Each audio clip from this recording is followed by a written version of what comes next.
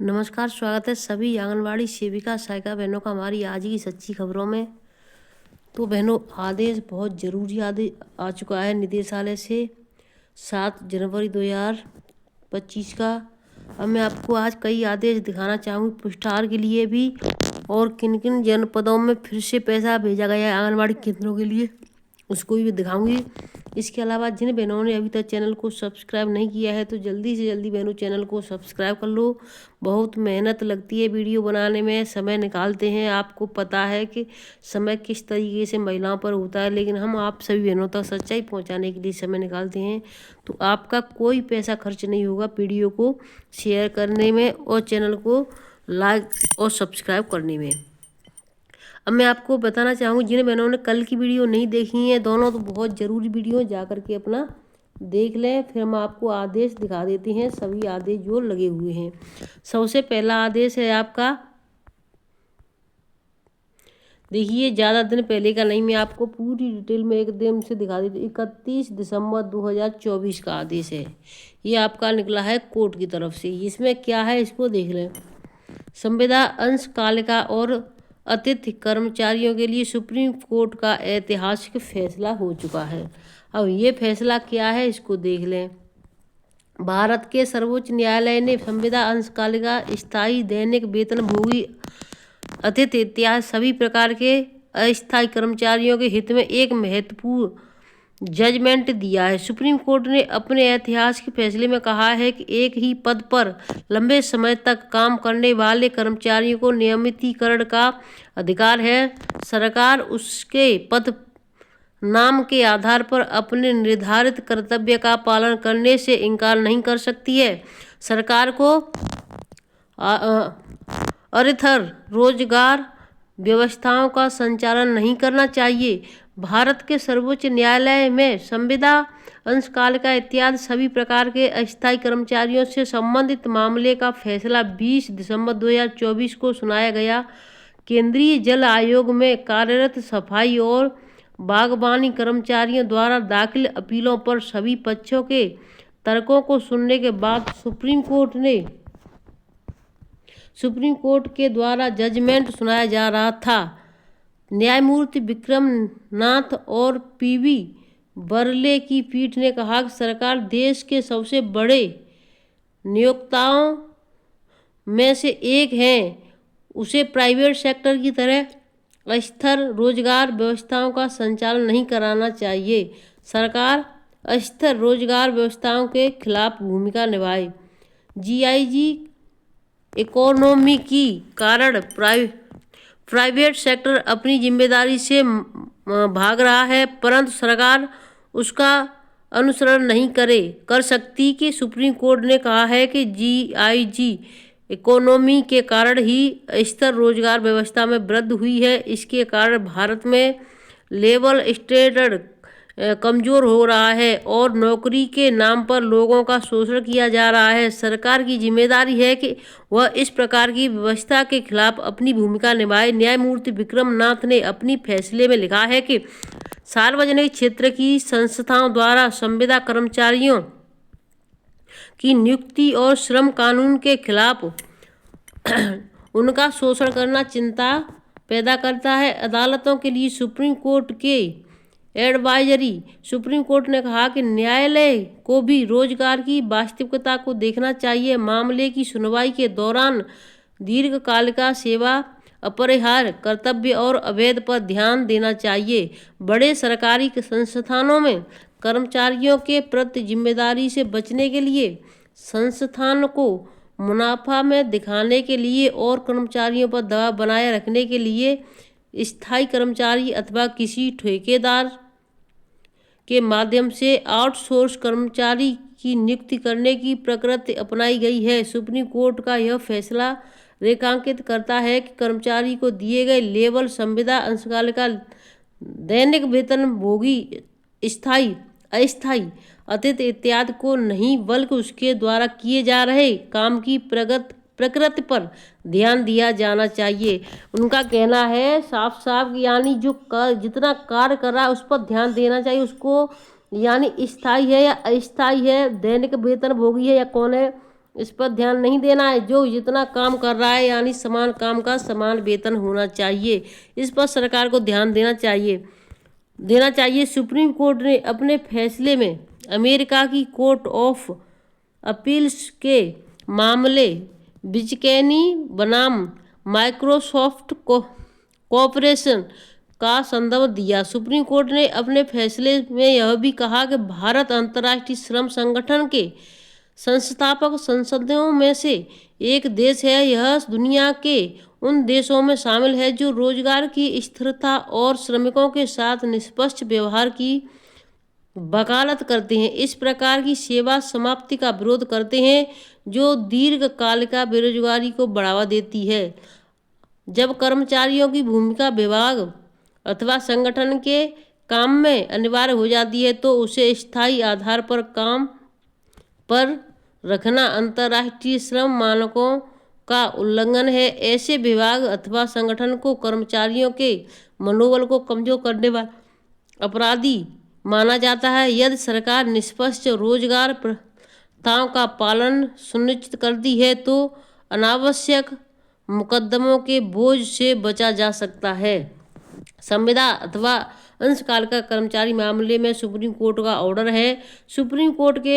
Supreme court में appeal से पहले सभी चतुर्श्रेणी संविदा कर्मचारियों के मामले में केंद्रीय प्रशासनिक अधिकरण और दिल्ली उच्च न्यायालय ने फैसला सुनाते हुए कहा था कि वह केवल अंशकालिक कर्मचारी हैं और पार्ट टाइम वर्कर्स को नियमितीकरण का अधिकार नहीं होता। यह भी कहा गया था किसी प्रकार की कर्मचारी नियमितीकरण की मांग करने का अधिकार नहीं रखते। सभी कर्मचारियों को बर्खास्त कर दिया गया था। सुप्रीम कोर्ट ने सभी कर्मचारियों का टर्मिनेशन रद्द करते हुए आदेश दिया कि उन्हें तुरंत नियमित किया जाए और सेवा में वापस लिया जाए। तो देखिए इस तरीके से यानी सबको यानी जो कर दिया था टर्मिनेट तो उनको हटा दिया, टर्मिनेशन को रद्द कर दिया और उन्हें तुरंत नियमित करके सेवा में वापस बुला लिया गया। तो बहनों सरकार जो हिटलर सरकार है, चाहे कुछ भी कह लो आप, लेकिन सरकार अपने मन के काम करती है, किसी का कुछ नहीं करती। देखिए अब आने वाले समय में बहनों के साथ क्या होता है। बहनों अब मैं आपको निदेशालय के आदेश की तरफ ले चलती हूँ। फिर से कह रही हूँ जिन्होंने अभी तक चैनल को सब्सक्राइब नहीं किया तो जल्दी से जल्दी चैनल को सब्सक्राइब कर लो। और बहनों मैं देखिए अनुराचार की जो छोटी छोटी शॉर्ट वीडियो डालती हूँ, 1 मिनट की कोई वीडियो नहीं होती, जिससे अब अगर आपके परिवार के साथ आप बैठकर वीडियो देखोगी तो आपके परिवार में आपके बच्चों को सभी को समझ बढ़ेगी। तो ऐसी वीडियो देख लिया करें, खुद भी आपका भी ज्ञान बढ़ेगा। आप पता नहीं किस दुनिया के झंझट में लगी रहती, खुश रहा करो, कम से कम देख लिया करो। निदेशालय बाल विकास सेवा एवं पोस्ट उत्तर प्रदेश लखनऊ 7 जनवरी का बहनों निकला हुआ आदेश है। देखिए यहाँ पर लिखा हुआ 7 जनवरी 2025 समस्त जिला कार्यक्रम अधिकारी प्रभारी जिला कार्यक्रम अधिकारी उत्तर प्रदेश यानी समस्त जिलों के लिए निकला हुआ आदेश है। अब इसमें क्या है विषय इसका देख ले सभी बहनें। प्रदेश की बाल विकास परियोजनाओं में संचालित आंगनबाड़ी मिनी आंगनबाड़ी केंद्रों पर अनुपूरक पुष्टाहार की आपूर्ति निर्देश के संबंध में। तो बहनों सबसे एक चीज़ और मैंने बता देती हूँ, सभी बहनों के व्हाट्सएप पे एक आ रहा है, सरोज दीदी के नाम से व्हाट्सएप पे एक मैसेज आ रहा है। तो देखिए जो सरोज दीदी के नाम से आ रहा है वो आंगनबाड़ी के लिए आ रहा है और वीना दीदी के नाम से आएगा वो आएगा साइका के उस पर व्हाट्सएप पे। तो बहनें घबराएं नहीं। ये देखिए आपके मानदेय के बारे में आ रहा है कि आपको कितनी PLI कहाँ से कितना पैसा मिलता है, केंद्र सरकार कितना देती है, राज्य सरकार कितना देती है और क्या क्या इसमें जो समस्याएं वो कल शाम की वीडियो हमने डाल दिया, तो जा करके उसको देख लें, आपकी समझ में सब कुछ आ जाएगा। अब आगे चलते हैं। इसमें उपरोक्त विषय के निदेशालय का पत्रांक संख्या दिनांक 21/12/2024 का संदर्भ ग्रहण करें, जिसके द्वारा वित्तीय वर्ष 2024-25 के तृतीय त्रैमास यानी तृतीय त्रैमास का जो अभी राशन नहीं आया था माह अक्टूबर नवंबर व दिसंबर 2024 हेतु प्रदेश के बाल विकास परियोजनाओं में संचालित आंगनबाड़ी केंद्रों पर अनुपूरक पुष्टाहार की आपूर्ति करने हेतु नेफेड को आपूर्ति निर्देश निर्गत किए गए हैं। उल्लेखनीय है कि NFSA 2017 तथा भारत सरकार द्वारा निर्गत मिशन सक्षम आंगनबाड़ी एवं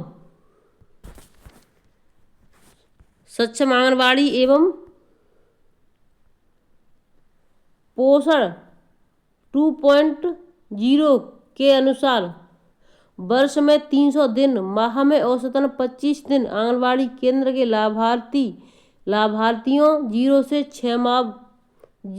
6 माह से 3 वर्ष, यानी 0 से 6 माह से 0 लिखा हुआ है, 0 से 6 महीने के हो गए, 6 माह से 3 वर्ष के, 3 से 6 वर्ष गर्भवती एवं धात्री माताएं, किशोरी बालिकाएं। देखिए अभी तक किशोरियों के लिए कुछ नहीं आता था, अब जो आएगा उसमें क्या आएगा भगवान मालिक है, जो भी होगा आप सभी बहनों देख लेना।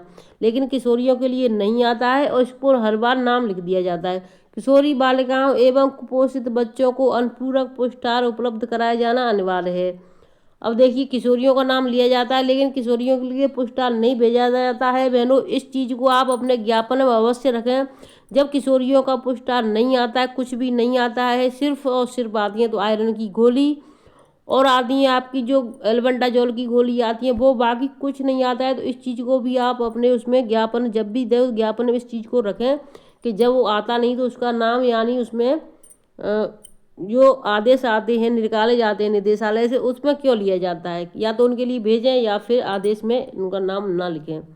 आगे है देखिए नेफेड द्वारा माह जनवरी 2025 के माह अक्टूबर, नवंबर और दिसंबर 2024 की आपूर्ति की जाएगी, यानी जनवरी चल रही है इस महीने में आपूर्ति की जाएगी। नेफेड द्वारा की जा रही आपूर्ति की मॉनिटरिंग हेतु डॉक्टर अनुपमा साड़िल्य एवं निदेशक की अध्यक्षता में निम्नवत सेल का गठन किया गया है। अब उस गठन का क्या कौन कौन सा गठन किया गया है इसको देख लेते हैं। नंबर 1 है श्री राजेश कुमार सोनी, अपर सांख्यिकीय अधिकारी हैं ये। नंबर 2 है श्री आशुतोष सिंह, कनिष्ठ सहायक, ये 2 अधिकारी बने हुए हैं। उक्त सेल नेफेड द्वारा बाल विकास परियोजनाओं में की जा रही आपूर्ति को जिला कार्यक्रम अधिकारी के माध्यम से सत्यापित करेंगी, यानी जिला अधिकारी जो आते हैं, जो आपका सामान आएगा, राशन आएगा तो उसको जिला अधिकारी की, यानी ये 2 अधिकारी हैं तो ये जिला अधिकारी की सत्यापित करेंगे इसको। अब आगे की देखिए, आगे इसमें और क्या, उक्त के अतिरिक्त जिला कार्यक्रम अधिकारी द्वारा प्रतिदिन बाल विकास परियोजनाओं पर अनुपूरक पुष्टाहार प्राप्त वितरण की सूचना निदेशालय को उपलब्ध कराई जाएगी, यानी जैसे जैसे किस परियोजना पे आज पहुंच गया उसकी प्रतिदिन की खबर कौन पहुंचाएगा, जिला अधिकारी कहाँ पहुंचाएंगे, निदेशालय पर। तो इस तरीके से ये मैसेज आएगा, पुष्टाहार प्राप्ति वह वितरण की सूचना निदेशालय को उपलब्ध कराई जाएगी, वितरण की भी कराई जाएगी। बहनों एक चीज़ और ध्यान रख लें, अगर आपके पास जैसे 25 लाभार्थी हैं या फिर 50 हैं तो 50 में से आज आपने यानी 2 दिन का या 3 दिन का जो भी होगा समय दिया जाएगा। अभी इसमें आदेश में है या नहीं है देखते हैं हम। तो जैसे आपके 50 हैं तो आज आपके लाभार्थी 20 ले गए या फिर 30 ले गए, उतने की खबर आपको तुरंत उसी दिन यानी परियोजना पर पहुंचानी है। इस चीज़ का विशेष ध्यान है। जैसे जैसे आप पहुंचाएंगी सुपरवाइजर को, सुपरवाइजर पहुंचाएंगी CDPO, DPO को, DPO पहुंचाएंगे निदेशालय को। तो इस तरह प्रतिदिन का कार्य चलेगा। अब पहले जैसा कुछ नहीं रहा बहनों, सब कुछ अलग हो गया, सब कुछ बदल गया है। तो आप अपना उसी दिन मेंटेन करके रखा करें कि आज इतने लाभार्थियों को राशन हमने दे दिया है। ये हो गया आपका। अब आगे चलते हैं इसमें। अतः आपको निर्देशित किया जाता है कि नेफेड द्वारा प्राप्त अनुपूरक पुष्टाहार का पारदर्शिता पूर्वक व पूर्ण प्रचार प्रसार के साथ लाभार्थियों को वितरण कराने के साथ ही नेफेड द्वारा आपूर्ति किए जा रहे अनुपूरक पुष्टाहार की आपूर्ति और वितरण की सूचना प्रतिदिन निदेशालय को उपलब्ध कराएं तथा नेफेड द्वारा आपूर्तित पुष्टाहार की गुणवत्ता में कोई कमी पाई जाती है, यानी कौन से की जो आपकी जो कौन सा नेफेड वाला कौन सा समझ रहे हैं आप, दाल दलिया वाला नहीं है। नेफेड वाला वो है आपका जो आपकी आती है बेसन बर्फी और लड्डू प्रीमिक्स जो भी होता है, मूंग दाल दलिया, तो उस वाला है। आपूर्ति वितरण सूचना प्रतिदिन निदेशालय को उपलब्ध कराएं तथा नेफेड द्वारा आपूर्ति पुष्टाहार की गुणवत्ता में कोई कमी पाई जाती है तो पुष्टाहार प्राप्ति के 1 सप्ताह के अंदर उसकी सूचना निदेशालय को करें। जैसे कि आपको प्राप्त हो गया पुष्टाहार, अगर आप तुरंत जैसे खराब निकला है तो आप अपने सुपरवाइजर को सूचना देंगे, सुपरवाइजर CDPO को, DPO को देंगे। उसके बाद एक सप्ताह के अंदर निदेशालय तक ये सूचना पहुंच जानी चाहिए। उसके बाद अगर आप 1 सप्ताह तक नहीं बताती हैं, केंद्र नहीं खोलती हैं, बहनें नहीं जाती 1 हफ्ते बाद 2 हफ्ते बाद फिर कहती हैं ये खराब आया है, तो इसकी जिम्मेदार आप स्वयं होंगी। ठीक है, साफ साफ शब्दों में लिख दिया गया है। अंदर सूचना निदेशालय को नेफेड की दी जाएगी। निर्धारित अवधि के पश्चात किसी प्रकार की कमी पाई जाने पर उसका समस्त उत्तरदायित्व संबंधित बाल विकास परियोजना अधिकारी व जिला अधिकारी का होगा। तो यानी आप सबसे मेन चीज़ आपका होगा, क्योंकि उनके नीचे आप आते हैं, तो उन्होंने कह दिया कि यानी जिला कार्यक्रम का, जिला कार्यक्रम कह देंगे कि परियोजना अधिकारी का। अगर परियोजना अधिकारी को आप सूचना नहीं दोगे तो जिम्मेदारी सिर्फ आप आंगनबाड़ियों की बनेगी, क्योंकि सबसे नीचे आप आते हैं, शुरुआत आपसे होगी कि आपने हमने बताया नहीं कि हम आपके केंद्र पर आपकी पैकेट खोलने गए थे या आपको देखने गए थे या फिर आपका एक्सपायरी डेट देखा था हमने। तो जो भी जिम्मेदारी होगी आंगनबाड़ी बहनों की होगी, तो आंगनबाड़ी बहनों को अपना समय पर बता देना है जो भी होगा। सरनीत कौर ब्रो का निदेशक संदीप कौर हैं। संदीप कौर निदेशक हैं आपके, जो निदेशालय के निदेशक हैं। प्रमुख सचिव बाल विकास सेवा एवं पोस्ट उत्तर प्रदेश शासन को सादा सूचना है। समस्त जिला अधिकारी को सूचना, समस्त मुख्य विकास अधिकारी को, संबंधित अधिकारी कर्मचारियों को सूचना दी गई है। अब मैं आपको दूसरे आदेश की तरफ ले चलती बहनों। ये आपका 6 तारीख का आदेश है। ये राज्य परियोजना निदेशक का यहाँ निकला हुआ है। इसमें देखिए जनपदों के जिला बेसिक शिक्षा अधिकारी, जनपद अमेठी, सीतापुर, सिद्धार्थनगर एवं लखनऊ। तो 4 जिलों में ऐसा क्या होने जा रहा है, इसको आप देख लेते हैं। विषय है इसका प्री प्राइमरी। विषय वित्तीय वर्ष 2023-24 को 23-24 में कोलोकेट आंगनबाड़ी केंद्रों को आउटडोर प्ले मटेरियल हेतु वित्तीय वर्ष 2024-25 के अंतर्गत शिथिल ओवर के अंतर्गत लिमिट जारी किए जाने के संबंध में, यानी जो 4 जिले हैं अमेठी, सीतापुर, सिद्धार्थनगर, लखनऊ, इन 4 जिलों में आउटडोर और इनके लिए पैसा भेजा जा रहा है। तो इन 4 जिलों में बहुत अच्छी चीज़ें हो रही हैं, बाकी जिले दूर पड़ रहे हैं तो इनमें कुछ नहीं हो रहा है। महोदय कृपया अवगत होने का कष्ट करें। आपके कार्यालय के मांग पत्र के सापेक्ष अनावर्तक मद में प्ले मटेरियल मद के लिए अंतर्गत निम्नवत लिमिट जारी की गई है। जनपद का नाम समग्र शिक्षा 66 विद्यालय। तो देखिए आपके अमेठी के आ रहे हैं, इसमें देखिए साफ साफ लिख दिया गया है 66 विद्यालय हैं जो अमेठी के हैं, सीतापुर के 189 विद्यालय, सिद्धार्थनगर के 66 विद्यालय और लखनऊ के 94 विद्यालय। तो इतने विद्यालय 4 जिलों के हैं। PLB यानी इतना 9 विद्यालय में ये, तो देखिए 28,38,000 इतना पैसा आ रहा है इसमें। 85 लाख। तो यहाँ पर बहनों इनके खातों कुल लाख यानी कुल 32,25,000, 90,00,000, 45,000, 40,00,000, 54,50, ये 49,98,000। तो इस तरीके से बहनों इसमें पैसा भेजा जा रहा है। अब देखिए ये 4 जिलों के लिए तो भेजा गया, लेकिन बाकी जिलों में जो आता है उसको शिक्षा जो टीचर होते हैं, प्रधान अध्यापक, वही घपला कर देते, वही नहीं बता रहे हैं। बहनों को पता नहीं है। अगर हम जानकारी कुछ वीडियो के माध्यम से दें तो बहनें वीडियो देखती नहीं है। अगर कोई एक आध बहन देखती है तो वो फेक समझती है, उन्हें लगता है कि ये सारी झूठी खबरें हैं, लेकिन हम जो भी खबरें देते हैं बिल्कुल सही और सटीक देते हैं। अब इसमें आगे देख लेते हैं क्या है। संबंधित मद में व्यय करने पूर्व निम्नांकित बिंदुओं के अनुसार कार्रवाई करना अपेक्षित है। पहला पॉइंट है संदर्भित मद में किए जाने वाला व्यय वित्तीय नियमों, क्रय नियमों तथा फाइनेंशियल मैनेजमेंट एंड प्रोक्योरमेंट 2024 के प्रावधानों एवं सुसंगत शासनादेशों के अंतर्गत नियमानुसार करते हुए उपभोग प्रमाण पत्र राज्य परियोजना कार्यालय को अनिवार्यगत उपलब्ध कराई जाएंगी। यानी ये जो आप खर्च करेंगे उसके वहाँ पर नियमों के अनुसार करना है और वो उपलब्ध कराई जाएंगी। और दूसरा पॉइंट है उपयुक्त मद में किए गए व्यय के संबंधित बिल वाउचर जिला बेसिक शिक्षा अधिकारी कार्यालय के पास संरक्षित रखे जाएं एवं नियमानुसार आंतरिक एवं वैधानिक संप्रेक्षण के समय प्रस्तुत किए जाएंगे। तीसरा पॉइंट है, और देखिए बहनों, अगर आप इनसे सभी से ये बिल वाउचर लिए जा रहे हैं तो क्या आंगनबाड़ी केंद्रों के लिए जो स्टेशनरी का पैसा आया है, बाल मेले का आया था, माता उन्मुखीकरण का आता है, क्या उसका बिल वाउचर नहीं होता है? क्या उसका बिल वाउचर नहीं बनाया जाता होगा, मांगा जाता होगा? लेकिन जो टीचर हैं वो सब कुछ पढ़े लिखे हैं, अपने आप बिल वाउचर बना करके दे देते होंगे, जमा करते होंगे, इसलिए बहनों को कुछ पता भी नहीं चल पाता। जो 2-4 बहनें हैं उनको पता है, वो अपना सामान मंगा लेती हैं। अब आगे देखिए, व्यय का वितरण मध्यवार काल पूर्ण होने के उपरांत एवं सप्ताह में राज्य परियोजना कार्यालय के अनिवार्य रूप से उपलब्ध कराया जाए। और चौथा पॉइंट है, जिस मद में धनराशि स्वीकृत की जा रही है उसी मद में व्यय की जाएगी। मद विचलन मान्य नहीं होगा। आवंटित धनराशि की आर्थिक व्यय किसी भी परिस्थिति में मान्य नहीं होगी।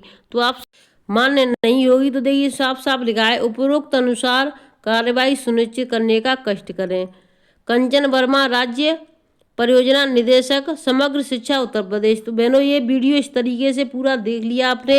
इस वीडियो को मैं यहीं पर रखती हूँ, फिर मिलती हूँ आपसे नई अपडेट के साथ। वीडियो बहनों थोड़ा लंबा हो गया, लेकिन आपकी सही और सटीक जानकारी पहुँचाने के लिए थोड़ा वीडियो तो लंबा बना है, लेकिन आपको जानकारी पूरी एकदम सही और सटीक मिली है। जिन बहनों ने शाम की वीडियो नहीं देखी है तो जल्दी से जा करके देख लें। फिर मिलते हैं आपसे नई अपडेट के साथ, तब तक के लिए धन्यवाद।